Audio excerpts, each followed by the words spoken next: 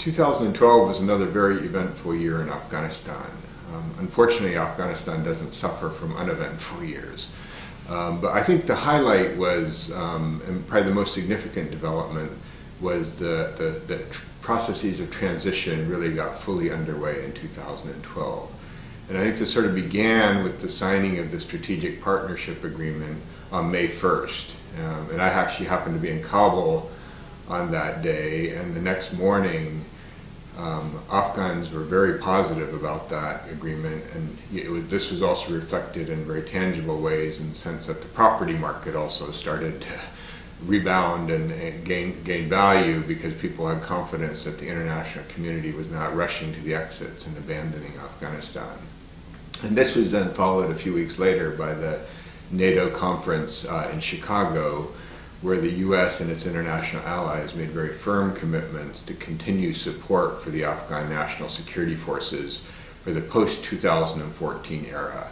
And this is also important in terms of, I think, providing confidence to Afghans that we were not abandoning them. Because that's very vivid memory for many of them how following the Soviet withdrawal from Afghanistan, the international community did sort of walk away from Afghanistan with tragic consequences. After I think the Strategic Partnership Agreement and the NATO Conference really did signal that the security transition was well underway. This was then followed in July by the Tokyo Summit conference, which focused much more on the economic transition.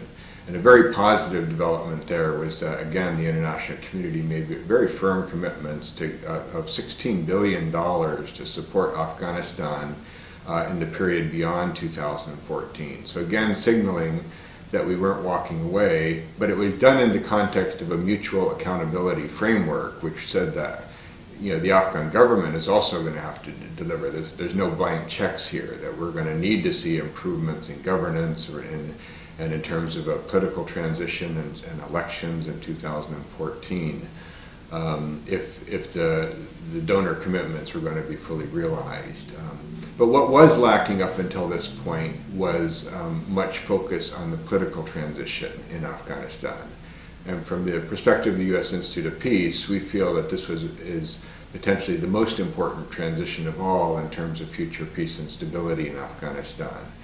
Because if we don't have a credible election in Afghanistan in 2014, when President Karzai is constitutionally required to step down, and we don't have a legitimate government coming after that, it's very unclear, for example, who would control the security forces. Because currently the model is, modeled on our own, that the military forces come under civilian rule. And if we don't have a credible government, there's a lot of concerns that the security forces could fragment and fall apart, maybe along ethnic and factional lines, and return back to the devastating civil war that Afghanistan saw far too much of in the 80s and 90s.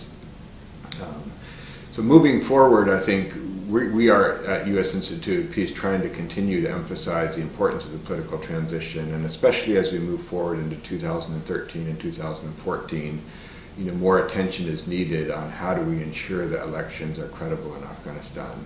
So we're planning a range of activities, both in work in the media to raise awareness about the importance of the elections, training programs for women to get more women to strengthen their ability to participate in the elections, both as voters as well as candidates and election workers. We're going to continue to work on our rule of law work in Afghanistan, grants to civil society organizations to focus on some of these kind of issues. So this will continue to be our main focus. However, at the same time, the other thing which I think we're hoping to see more of in 2013 and 14 is progress on the reconciliation front, because ultimately Afghanistan does need an inclusive political settlement if there's going to be durable peace in Afghanistan. There is not a military end to the conflict here. There ultimately needs to be a political solution to this conflict. So that's the other area where USIP will be focusing our efforts during the coming year.